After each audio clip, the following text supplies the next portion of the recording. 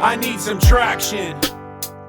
Brands of yesterday were built on what they told the world about themselves. Brands of the future will be built on what the community says about them. If you build a community, you will not be a commodity. Today, we have Jon Davids, CEO of Influicity, an agency that helps brands build customer communities and truly own their audiences. This leads to massive attention and demand, which also translates into revenue. Jon recently launched Demand Scope, an agency that helps entrepreneurs and execs like you and me build and scale their own personal communities, which I'm excited to hear about. Jon also shares his insights on entrepreneurship and business across social media, email, and on his podcast, Making It with Jon Davids. Welcome to Traction, Jon. How you doing? I'm doing great, and it is so good to be here, Lloyd. The man, the myth, the legend. I got to tell you, and I didn't mention this before, but when I was starting my last company, 2015, 16, I would see ads for Traction all the time on Facebook and on LinkedIn and billboards, whatever. And I would think, who are the people behind this company and how are they doing so well? So it's full circle to be talking to you and on the Traction podcast. Man, it's 1.5 people and a lot of volunteers. So kudos to the community for bringing us to where we are today. So I'm super interested in your journey. Give us your backstory. What led you to helping brands and executives create, influence, and build communities? Not a lot of people talk about communities, right? But I'm a firm believer that with third-party cookie going away, third-party data going away, and every marketing channel eventually getting saturated, you start seeing the same SDR emails, the same LinkedIn messages. It costs twice as much to squeeze the same ROI. Your community is your biggest moat going into the future. So what led you to that? Because I don't end up talking to a lot of people who know anything about community as a moat, as a marketing channel. It's a great question, and I'll give you my entrepreneur backstory in 30 seconds, and it leads into this community conversation. So, lifelong entrepreneur, could never hold down a real job, started an internet business when I was in college, and figured out that I wasn't good at a lot of stuff, but I was good at making money on the internet. And my first business there in college was an online publication, and I was basically almost crowdsourcing content. I had a bunch of writers in my college English department that were making content, and I was putting it online. This is way before WordPress, so I had to hack together like a content management system of my own. And fast forward about 6 months, I was trying to figure out ways to build audience. How do I have no money, I have very little expertise. How do I actually go ahead? There's no Facebook, there's no TikTok. Where do I find big groups of people? And what I realized was that the big audiences were living on the big portals. Back in the day, it was MSN, AOL, Yahoo. That's where billions of traffic impressions were going every single month. And so back in the day, I'd call that the audience. And I had to figure out an audience arbitrage. How do I tap into these communities that exist and pull them in and get my way in? And so what I did in that case, here I was I think I was 18 or 19 years old, I started syndicating content. I did some deals, took a long time. I did a whole podcast on this, but I actually managed to wedge myself in and provide content to these huge websites and basically leak off their community and build my own community. And that's how I built my first company. And I've kind of been doing it ever since. I did that with my first company. Then when I launched Influicity a few years later, it was all about working with influencers and helping brands tap into the influencer community on YouTube and Instagram. And now with Demand Scope, we're doing the same thing for entrepreneurs and small businesses. So I would say that community for me has been a necessity because I never had money. I always bootstrapped. I was never able to buy a big audience. And so community for me just means you are using people and putting out great value and great content to get them to pay attention to you, and then hopefully building a bond over time. Fantastic. I love it. And I read this Goldman Sachs article that said the creator economy is 350 billion and going to grow to 700 billion. And there's a lot of opportunity in that. The other thing is we're in the age of micro influencers, that 10 to 100,000 plus followers. People they're able to build better connections with audiences than brands alone. So I want to dive into this first question here is, audiences versus communities, what's the difference? Because there's so many micro influencers, millions of micro influencers, TikTok, Instagram, LinkedIn, Facebook, right? YouTube have given people the ability to go and create this audience, create this influence. But that's not really a community, right? If you have an audience. So what is the difference? When does the rubber hit the road for a community? I think an audience is a one-way conversation and a community is a two-way conversation. So the way I think about it, an audience, if you were a movie star back in 1978, you had an audience and you had an access to an audience through the big screen and through the little screen that you could speak to tens of millions of people, but they couldn't talk back to you.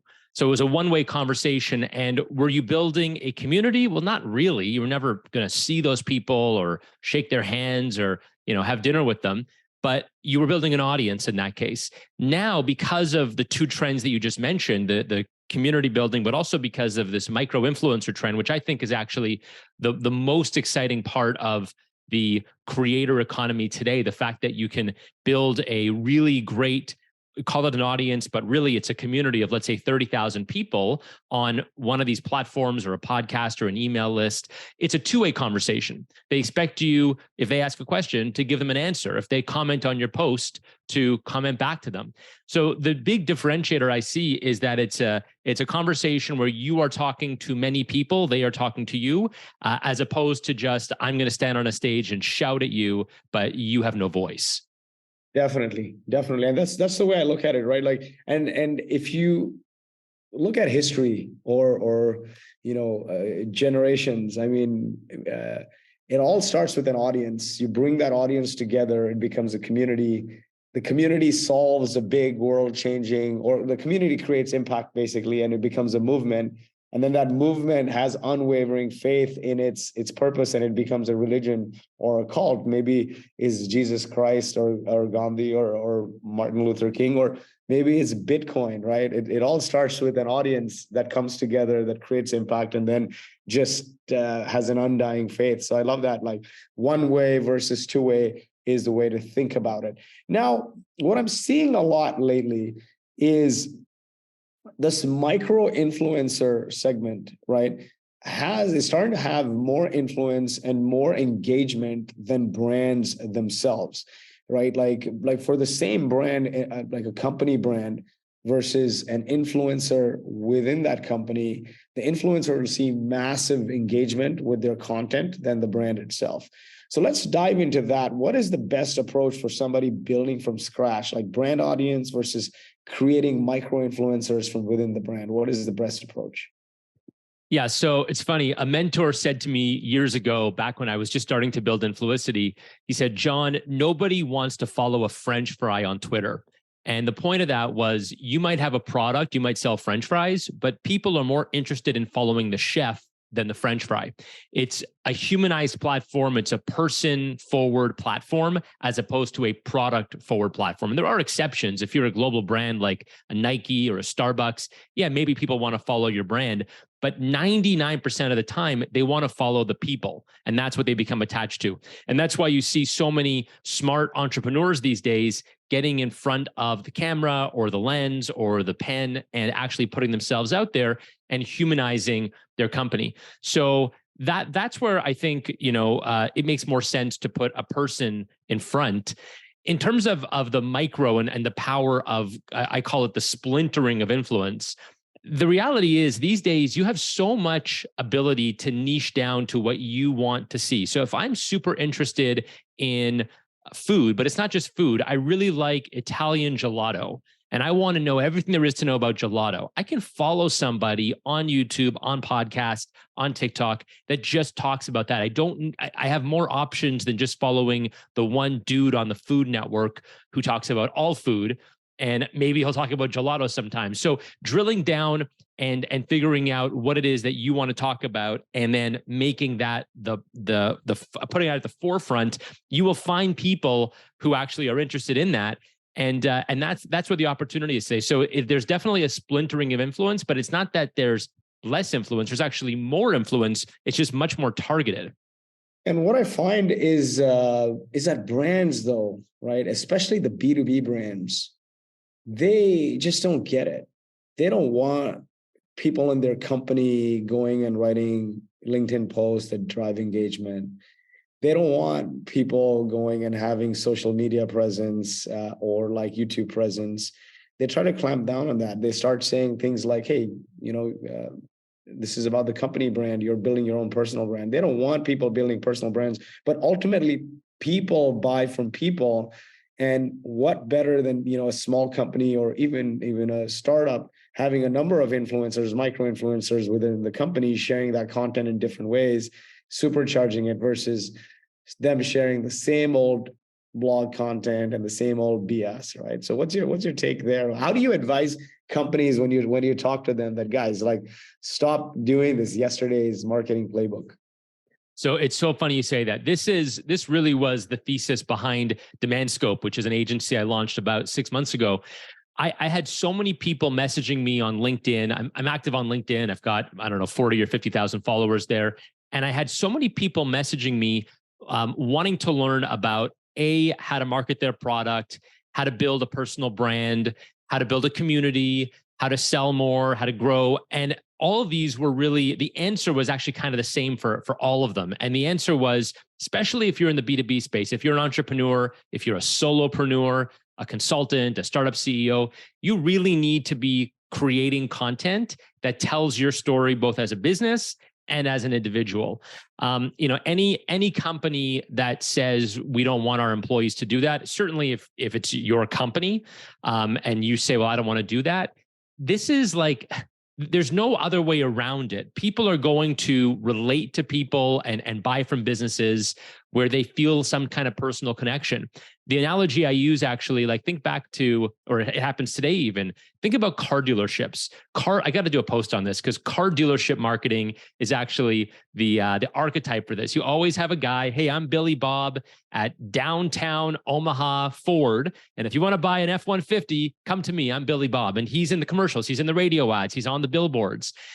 Real estate agents do this, lawyers do this, personal injury lawyers. So building a personal brand and using that as a mechanism to promote your business has been done for forever. Now it is easier than ever. This was the whole thesis. So I launched Demand Scope, working with these kinds of smaller, entrepreneurs and startups, because I was just getting questions nonstop, and there's a need for it. And I think the smart companies are doing it now, and the ones that wait a year or two and don't do it until then are going to have a lot of catching up to do.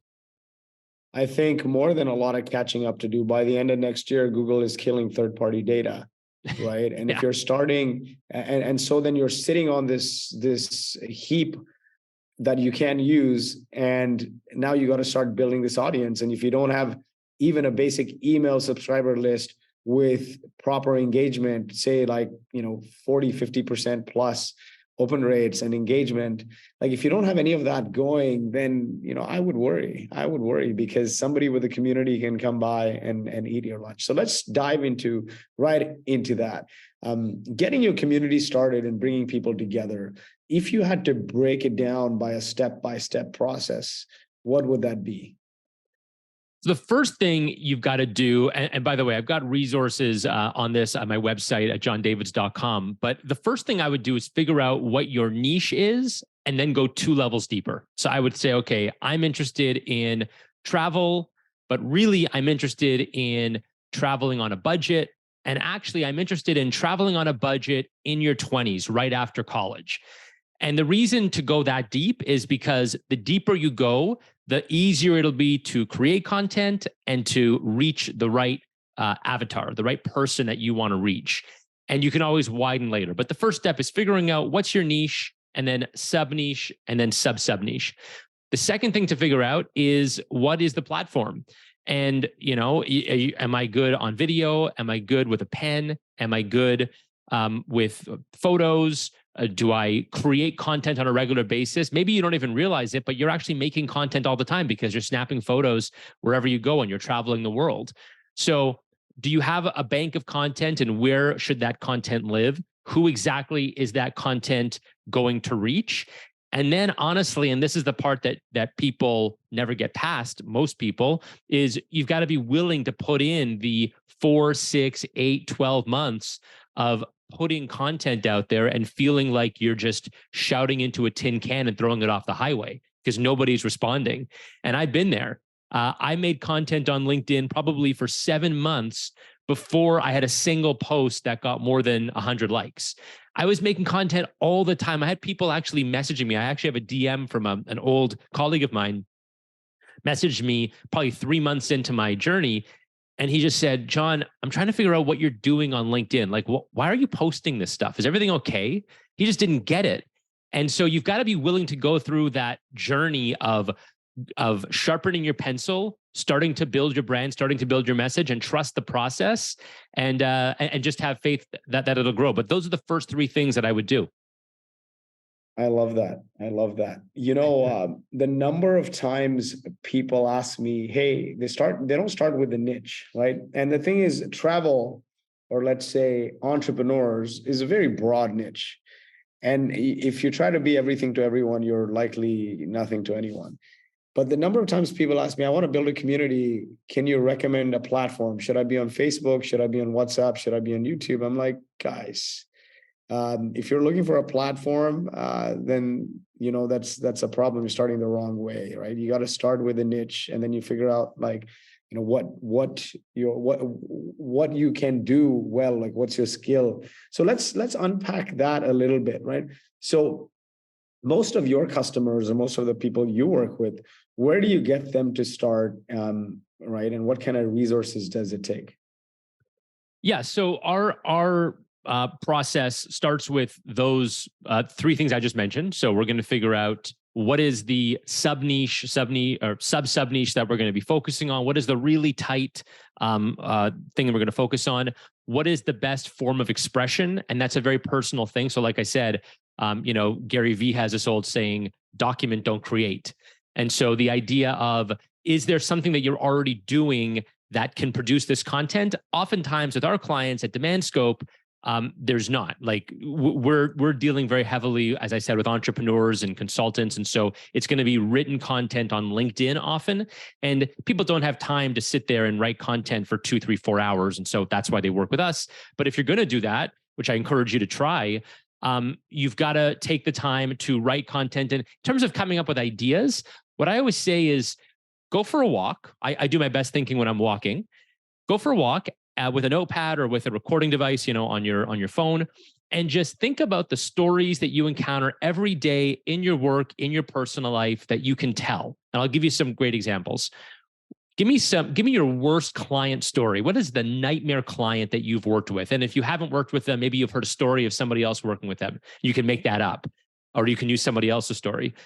What is the biggest win you've had?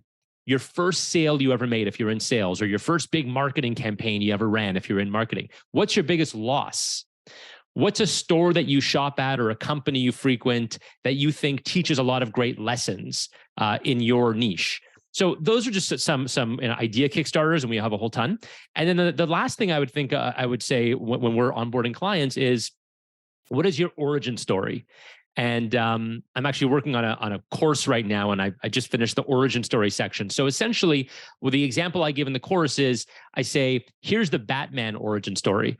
And I don't have it in front of me, but if you've ever seen Batman Begins or any of the Batman movies, you sort of know what the origin story is. He's a rich kid, he's spoiled, his parents are killed. Then he has a rock bottom moment where he, you know, faces his fears, and then he leaves his identity. He then becomes a vigilante fighter. So you have this origin story. What is the version of the origin story for you? And it doesn't need to be a Batman superhero origin story, but think back to when you were a kid and where you are today, and how did you become the person you are? And there's a formula to do that, but essentially it's the hero's journey. How do you tell your story in a compelling way? And I think those are great starting points. Fantastic. Now, you know, a lot of people can't understand going 2, 3 levels down when picking a niche. And I want to focus here a lot because, you know, this is where it all begins, right? If you don't spend enough time on your niche and your voice and the channel that is important for that niche, everything starts there. Because if you don't identify that, then you'll end up likely picking the wrong channel, right? So how do you convince them, like, hey, guys, like, you got to go two down. Like, is there a horror story that you, or a common thing you say where people are just like, you know, they want to stay very surface level, right? They want to stay surface level. They also want to jump around. You know, people will say, well, I have so many interests. So I like so much stuff. And it's like, yeah, so do I. But the public doesn't care about that. You've got to have a label, at least at the beginning. You know, once you have a rabid fan base, you can grow and talk about your kids and talk about your travels. But if you want to talk about, if you want to build a community around IT, information technology, you've got to talk about IT. Nobody wants to see the summer photos when you were in Florence. And so you've got to be able to start with something. And what I say is it's okay to wander in the wilderness at first. If I look at the first 5 months worth of content that I was making when I was trying to figure it out, it was all over the board. And so I wouldn't necessarily say that you have to get it right the first time. I would try to figure it out. But you could also stumble and change your niche 10 times and then get to the point where you actually, stumble on something that actually wins. But don't worry about wandering in the wilderness. That's fine. Definitely. So start with a bunch of ideas and get the audience, see what the feedback is, and then narrow it down. Yeah, how exactly. You said you recommend LinkedIn a lot, written content, but how do you help them nail down the channel? Maybe somebody wants to just adamantly go on TikTok or like Instagram, right? And so how do you deal with that? Or YouTube for that matter? I mean, YouTube is the most monetizable channel after all. Totally. So we love TikTok. We manage a lot of TikTok accounts at Influicity, starting to at Demand Scope. So TikTok's fantastic. Instagram's great. YouTube and YouTube Shorts. I would say it comes down to, so there's a few obvious limitations. So one is form factor. Are you somebody who wants to be in front of the camera or wants to be making video content? And is that something that you're going to do on a regular basis? I don't care that you have some time this weekend to bang out some videos. Are you going to do this every week for the next decade? That's my question. And so there definitely is a commitment. And I know a lot of creators. We've worked with thousands of creators over the years at Influicity. We're working with brands. And it is a grind. And you're not always, excited to make content. So you've got to be willing to do it. I say that pick something that you want to do, even when you really don't feel like doing it. Not when you're in the mood to do it. And so I absolutely think there's huge value in Instagram, in TikTok, and YouTube. That's the video/photo form factor. And then on Twitter and LinkedIn, which is more of a written form factor, that's much more about copywriting and telling stories and getting people's attention with the word. But it's very much on the person. I meet people who immediately when I talk to them, I say, listen, you got to be in front of the camera. So let's figure this out. It's a very personal thing. And ultimately, the thing to think about is consistency, right? Like you nailed it here. What can you be consistent? It's a grind. And then one day it feels like, oh, it's an overnight success. Like with Traction, we're now 150,000 email subscribers, nearly 50% open rate. And that's hard to do. But that didn't happen overnight. That happened over like 7 years or so, since 2015. And at one point, we picked our medium as live webinars because we wanted to generate more email subscribers. And live webinars is the best way to get email subscribers. And we were doing 2 live webinars a week. For 2 years, we did that. Now we're not doing them. I'm on a sabbatical. So we're doing recorded and every other week on the podcast and posting it to YouTube. But for 2.5, 3 years, we did 2 live webinars a week. And it felt like a grind, man. I hated it. I didn't want to do it. But I'm like, what is the outcome I'm doing? Do I want a social audience? And I'm like, I've seen my social influence go up and down based on algorithm changes. So I really want that email. So I'm like, okay, we're going to do this webinar, live webinar. So it is a grind.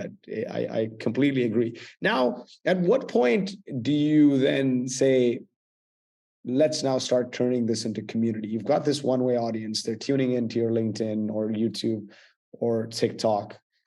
Now let's start making this into a community. So you're going to be thinking about community from the beginning, just in a very simple sense. If people talk to you, if they DM you, if they comment, you want to get back to them. You want to start building those relationships. I have people who I become friendly with who have DM'd me over the, since the very beginning, and I know them, and now I have 100 times more followers than I did when they started following me. But I appreciate that they were there early, and I'm still going to be connected to them. In terms of actually taking it off of that platform and turning it into a webinar series, an email, a podcast, a Slack community, a Facebook, I think you have to earn the right to do that. And so in many cases, I actually haven't even gotten that far. I've thought about, doing actual community, like Slack community type stuff. And I think in that case, there's got to be a real benefit to pulling people in, and what is the value that you're going to share with them. People don't need another Slack channel, another WhatsApp group to check. We're already getting pinged 15 times. We're silencing our phones. And so what is the real value that you're going to get? And then the next question to that, and I would say the one that I would kind of ask in the middle, and I'm not sure if this was a part of the question or you want to talk about this later, but what is the monetization? Like how at a certain point you're going to want to monetize if you're spending a lot of time on this. I would think about that, and then that might inform where you go next.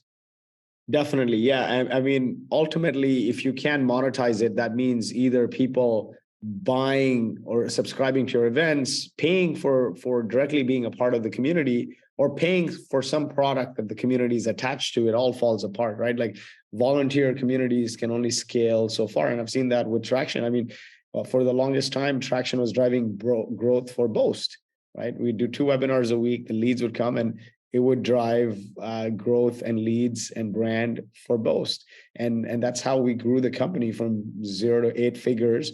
And when nobody knew us, we started hosting meetups and would invite big name unicorn CEOs, and we'd get their brand rub. I like the word brand rub, right? These 2 unknown guys now get the brand rub of the CEO of Twilio or whoever. I love that. But right. So that worked really well in collecting the emails. But you're right. Like you have to earn the right to get people to congregate on whatever platform. The world doesn't, I mean, I unsubscribed from all the Slack platforms. I got so frustrated. And even WhatsApp groups, I've pushed more and more to archive. So I'm not checking it. Right. Now, in terms of the brands, though, the big brands, like I see Red Bull and some of the others, they host a lot of events. What are your thoughts on that? And are you working with brands that do that? At what point you start building an audience and the events, the live events, the meetups start to make sense? Because it costs money. It's not free. It's not free. And we've done a lot of virtual events. So our clients, we do virtual events, we do webinars, we bring people together remotely. And a big piece of that is because we've been doing it for the last 3-4 years. We had to contend with COVID. And so we didn't have the opportunity to do IRL in real life events. But I would say that events are a really phenomenal vehicle for building true lasting community. So you want to be doing them for just the longevity and the sustainability of the community.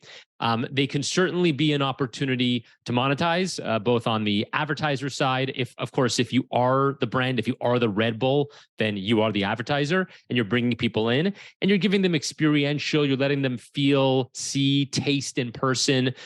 You're creating much more of a bond.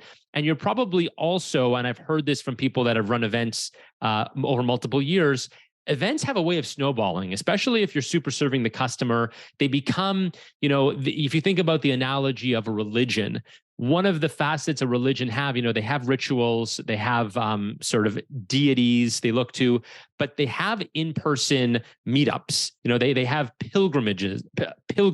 So you pilgrimage to a certain location and you show up somewhere and it becomes a real part of the meaning of that brand. So I do think if you're going to be a brand operating at that level of a Red Bull or an Apple, yes, you have to have physical events.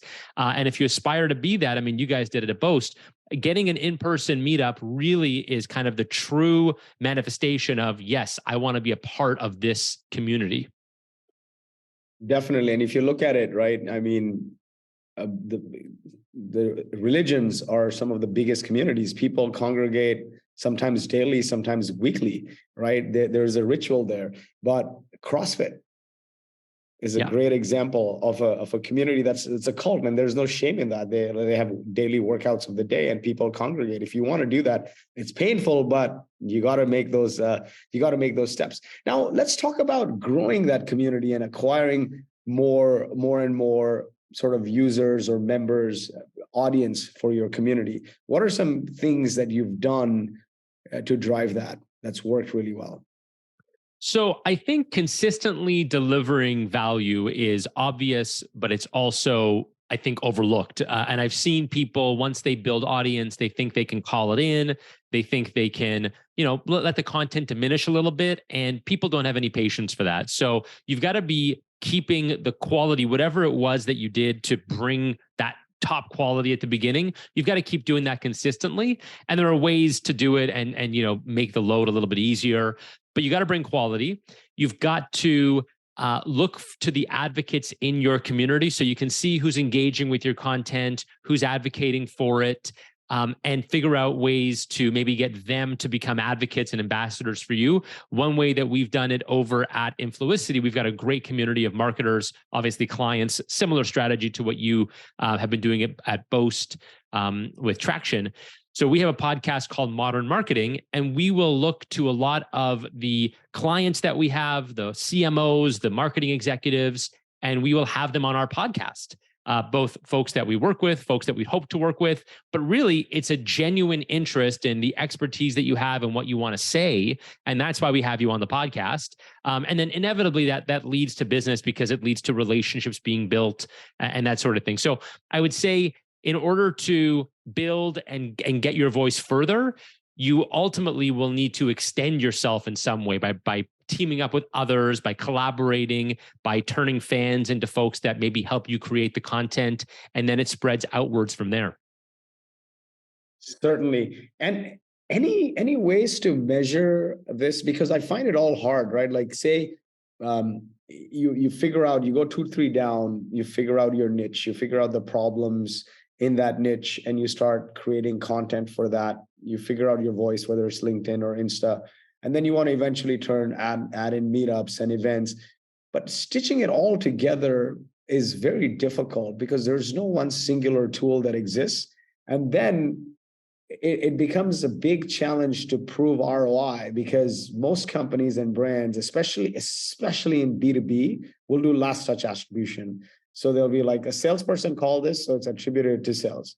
But you know what? Or they went and downloaded a white paper, so it's attributed to marketing. It never gets attributed to community. But the reality is, somebody looks at Jon's LinkedIn post and forwards it to another colleague. That colleague then goes and checks out Jon's website, and then goes to the website and downloads a white paper, forwards it to the buyer in the company. That buyer looks at it, requests a demo, and then gets called by an inbound SDR, and that gets attributed that way. Yeah. So how do you manage it all, bring it all together? The last touch attribution mirage is a total joke. So you've got to move to a multi-touch attribution. And the example that you just gave, so in B2B, it's notorious. We did a study internally at Influicity. So we've got a few big marketing channels that work. And we said, okay, let's look at all the sales we made in the last 12 months. And we have a few big marketing channels. So a couple of them would be, for example, we do twice monthly webinars. We do our podcast, Modern Marketing. We do a lot of stuff on LinkedIn, of course. And we said, okay, let's look at the people that have purchased from us in the last 12 months. And these are all big clients at Influicity, CMO companies or companies with CMOs. They're spending tens of thousands or hundreds of thousands of dollars with us. Almost every single one, like 95%, had either attended a webinar or listened to the podcast, self-attributed, said, I listened to your podcast in the last 3 months or whatever. Every single one of them. And so how do you then say, okay, well, this person heard a podcast 3 months ago, then they came to our website, then they went to, they went to another webinar, then they talked to a salesperson, then they ghosted us for 2 months, and now we just closed a deal with them. So you need to be able to look at the full funnel and say, okay, how do we actually backtrack and figure out how this person declared themselves? Like, yes, you found us today by clicking on a link on Google, but like, you heard about us 7 months ago. How did that happen? Oh, well, I saw this LinkedIn post, and then I listened to the webinar, and then I heard a podcast. So figuring out what that multi-touch attribution looks like is what you have to do. And then to put a bow on that, how do you actually measure ROI and say dollars spent versus revenue earned? you got to do some rough math. Like we don't have an exact science for that, but you can sort of say it costs roughly this to make the podcast, roughly this to do the webinar. And then we got this client, and what did that ROI look like? Do you then share the sort of credit people get across different channels? Maybe it's marketing, maybe it's community. Like how do you do it the larger the company? Because I feel like community activities always get shoved off, right? Like it's hard, and because there's not easy tooling to bring it all together. You say you look back, and I don't know how much of that is manual or what automated tools you use. So maybe some advice there. Yeah, to be honest, it's mostly manual, just because, you know, in B2B, I guess it depends on the customer value and that sort of thing. But in B2B, when you're selling sort of a $20,000 plus product, it's not like you're selling tens of thousands of them. I mean, you could spend a day or two and just kind of look at the data on the few hundred clients you have.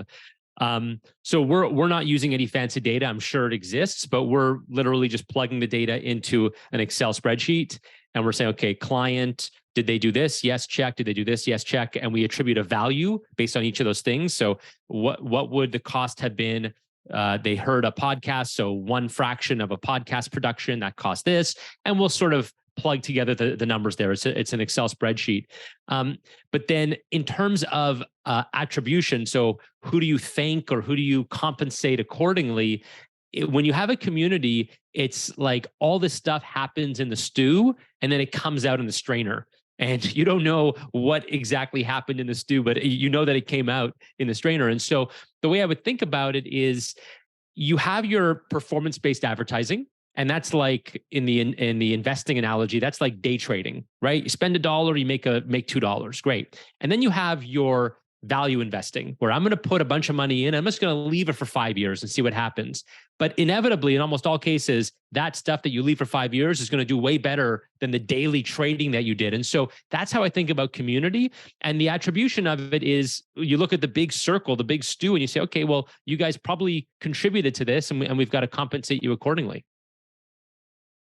I love the stew and strainer analogy. I'm going to steal that and use it when people do ask me. It's brilliant because, and also the value investing analogy, because there's some things that, you know, may not produce immediate ROI, but has long-term compounding effects, and community is one of them, right? And if you stop, the best way to tell people is just stop doing it. Maybe stop doing it for 2-3 months. And see the reverse effect on that. Now, in terms of scaling community, what are some specific tactics you've seen work really well for your brands, your clients, yourself? Yeah, so it actually kind of dovetails back to the last thing you just said. It really is about snowballing over time. So I just had a conversation before this with one of our new clients at Demand Scope, an executive at a 30-person company, so growing quickly. He oversees a few million in revenue. And he was asking, what is the ROI? Like, I'm going to build my personal brand now. What is the ROI that I'm going to see?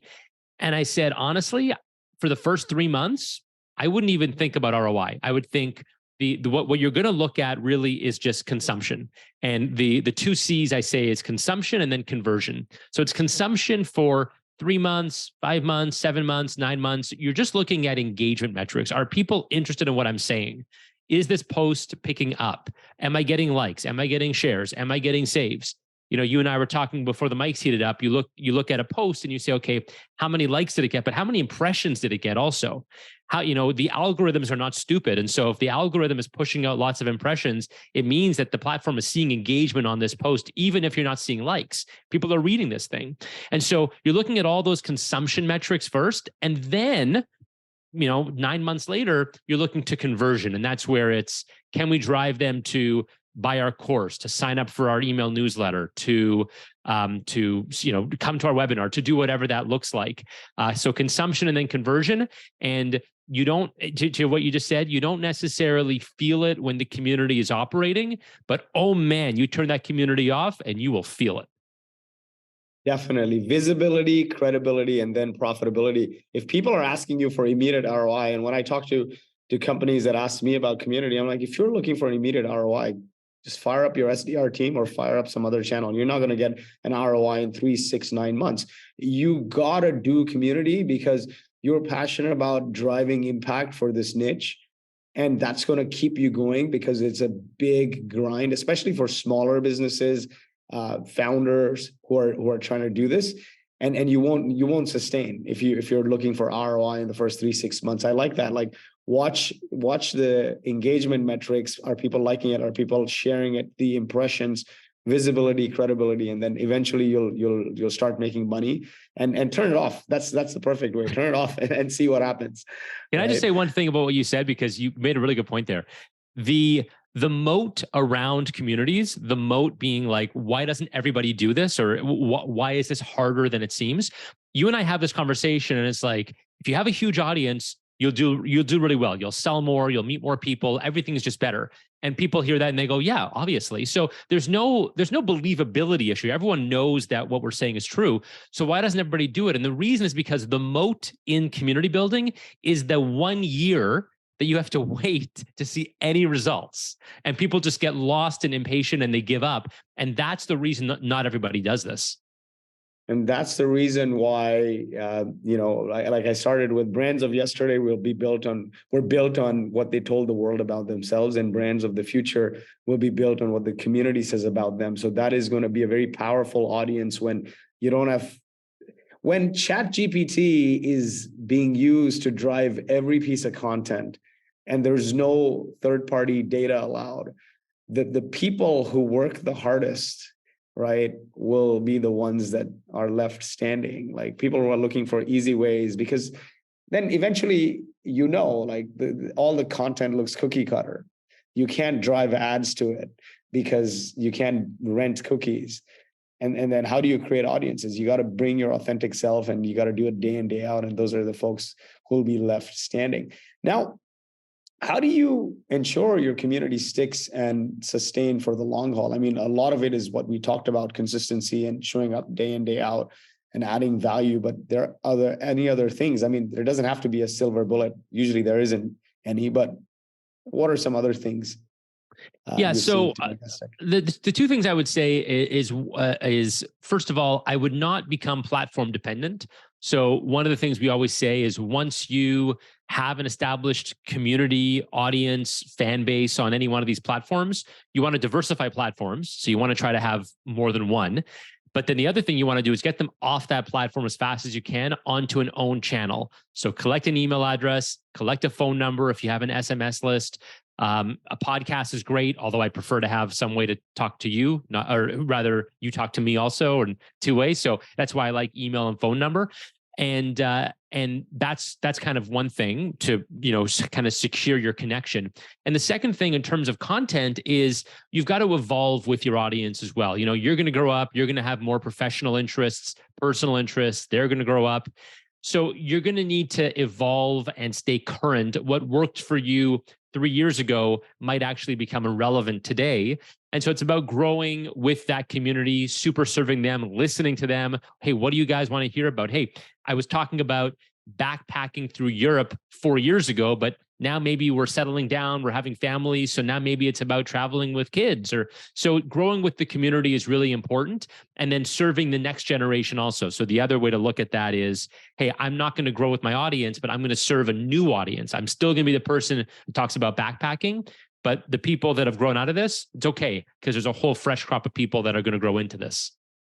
Fantastic. I like that. Injecting new blood, being platform independent and adding new audience. What are some ways, the top ways your customers are monetizing their communities outside of the brand stuff is easy, right? You have a brand like a Red Bull, or you have a B2B SaaS product, you built a community, they buy your product, or it drives customer retention, referrals, all of that.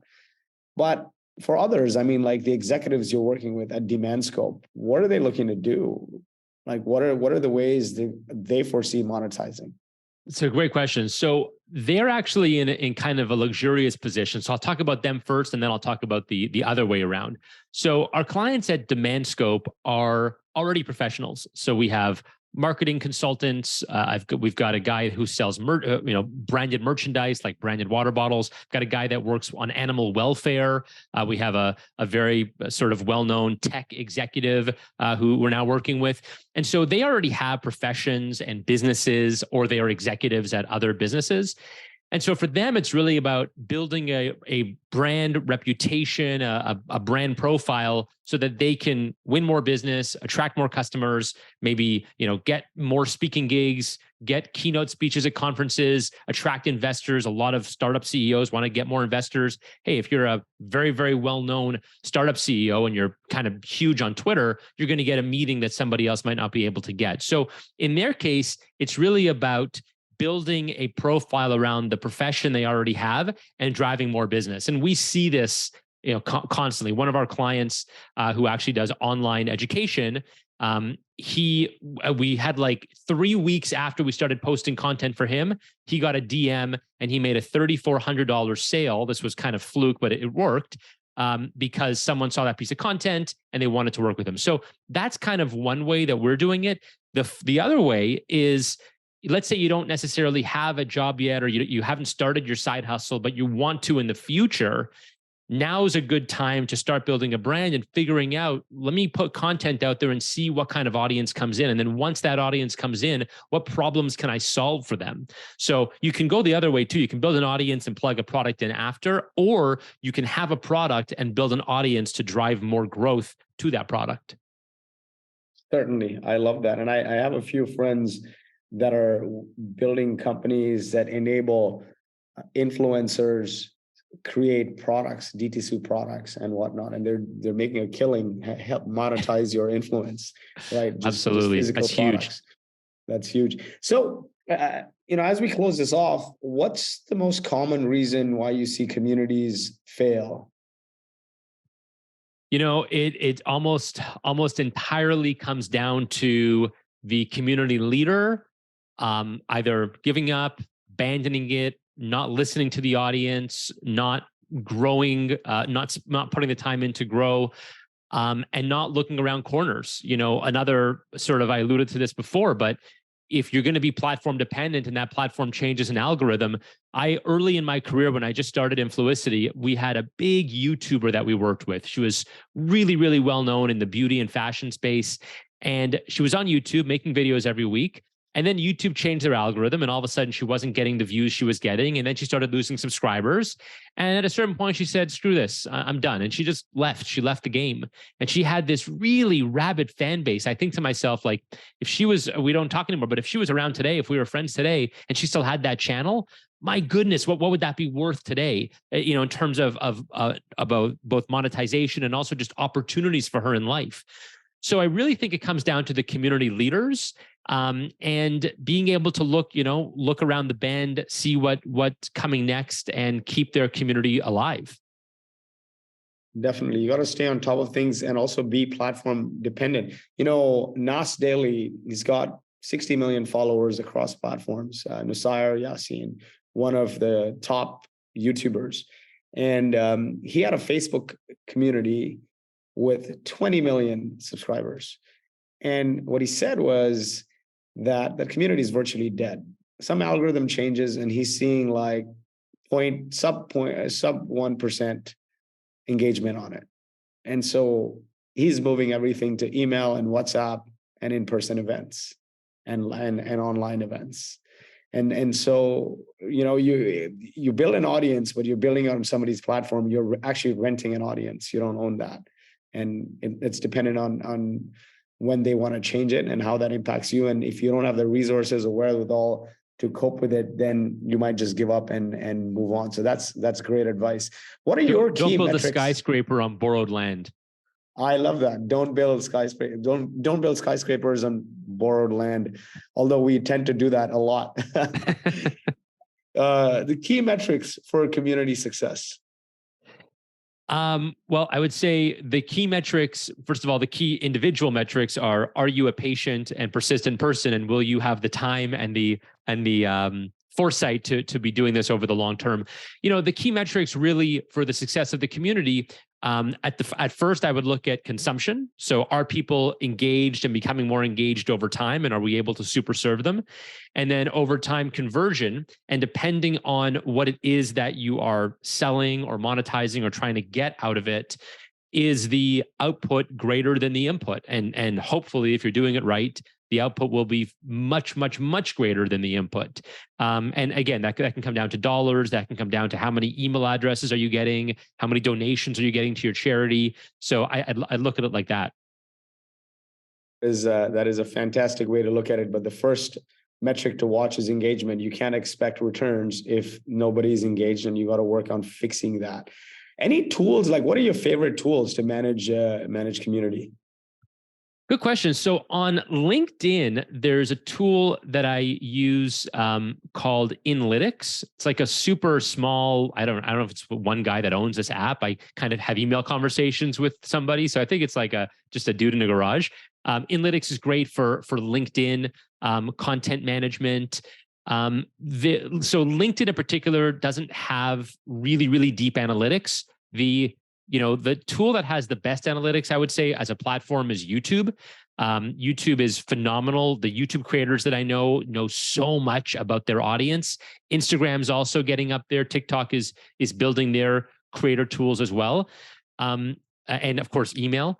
The worst, I don't know about you, man, but the worst is podcast. Like I have a podcast. I think it does pretty well. We were in the charts, but like I just sit and talk and I have no freaking clue when people are listening, dropping, what do they like, what they don't like. It's like a big black box. The best is email. The worst is podcast. I completely agree. I think if you can bring email level of analytics, right, to podcasts and everything else, that would be great, right? Like opens, clicks, geo, conversions, all of that. If you can just drive that, I think there's a big company idea sitting at the intersection of multi-touch attribution and multi-platform analytics for creators. It's a massive industry. I totally agree. And because the definition of creator and the number of creators is growing, I mean, think about it. Every entrepreneur, every CEO, every consultant, in addition to all the normal creators we think of, I think those tools are going to become more and more essential every day. Certainly. Now, what do you see the future of community looking like? Will it change? What will change? And what is timeless? I think community as a category is going to be more and more important over time. And the reason I say that is because what I mentioned earlier, the idea of this splintering of influence, you need to be in front of the person you're talking to, and you need to be in front of them in a very meaningful way. And the only way to do that is through community in some way, shape, or form. As the world becomes more splintered, and as we all get into the niches and our own little circles and bubbles of our lives, brands, entrepreneurs, anybody who wants to speak to people are going to need to build communities much more today than they were before. And one more thing I'll say on that, I think about it like I use the term liquidity in communities. So we have a lot of liquidity on both the person that are making the community and the people that are looking at that community. It's easier today than it was 10 years ago because of all the tools that we've gone over, all the platforms, the Slack, the WhatsApp, the email, the podcast, all these exist. And so building communities is easier today and people expect it. Definitely. And if you had to do some things over again or build a community over again, we're probably doing it every week for new customers. What would be some of the things you would change? I would take only my absolute best performing posts and just post those. I'm kidding. What would I do differently? So I would have experimented earlier, and we're doing this for a lot of our clients now. We're not afraid to try different things, short form, long form. Maybe you are someone who needs to be on video. Maybe we need to talk about something else. Maybe we need to be telling more personal stories. So experimentation early on, I think, is really important because that will inform, like before you have a big audience, before you've figured out what it is they want to hear, your best course of action is just to do a whole bunch of different stuff as quickly as you can, not unlike building a startup, right? Experiment fast, fail fast, so you figure out what works. I would do the same thing with your community. Certainly. And any parting advice as we go off air here? check out demandscope.co and check out jondavids.com specifically because I've got a whole bunch of courses, free stuff. It's all free. Go to my learning section. I talk about community. I talk about social. I talk about personal brands. I give out as much information as I can because I want people to at least give it a shot. And if you actually do it and you get to the point where you or I am, you'll realize how great it is, not just financially, but you get to meet a lot of great people. You get a lot of cool opportunities and it's well worth it. Jon's content is phenomenal. JONDAVIDS on LinkedIn. And, I had the good fortune of being on your podcast recently, and you made a post about it on LinkedIn, and it's got over 200,000 views and impressions. And, I was surprised when I was getting messages while traveling. Your content is first rate. And I love the way you create your LinkedIn posts. There's so much content out there, right? In your feeds. It's like driving on a highway at 100 miles an hour or like 80, 90 miles an hour. What hits you in the face? What's that billboard that hits you in the face? And you're like, you know what? I'm going to keep that in mind. When I scroll through my feed, every time I see a post from you, the thumbnail or the banner image just like hits me in the face. So great work, man. Yeah, folks, I so appreciate that. I so appreciate that, man. At the time of this taping, 224,788 impressions on Lloyd Lobo's story. So go check it out on my LinkedIn feed and listen to the podcast also on my podcast, Making It with Jon Davids. Lloyd's episode was fantastic. Thanks so much for joining us. And folks, just check out Jon's posts and the images he uses and try to replicate that for yourself. It's just creates all. I'm like, okay, I got to go and click on this. Thank you so much, man. Wishing you great success, love and peace. Thanks for joining us. Thank you, Lloyd. It's been a pleasure.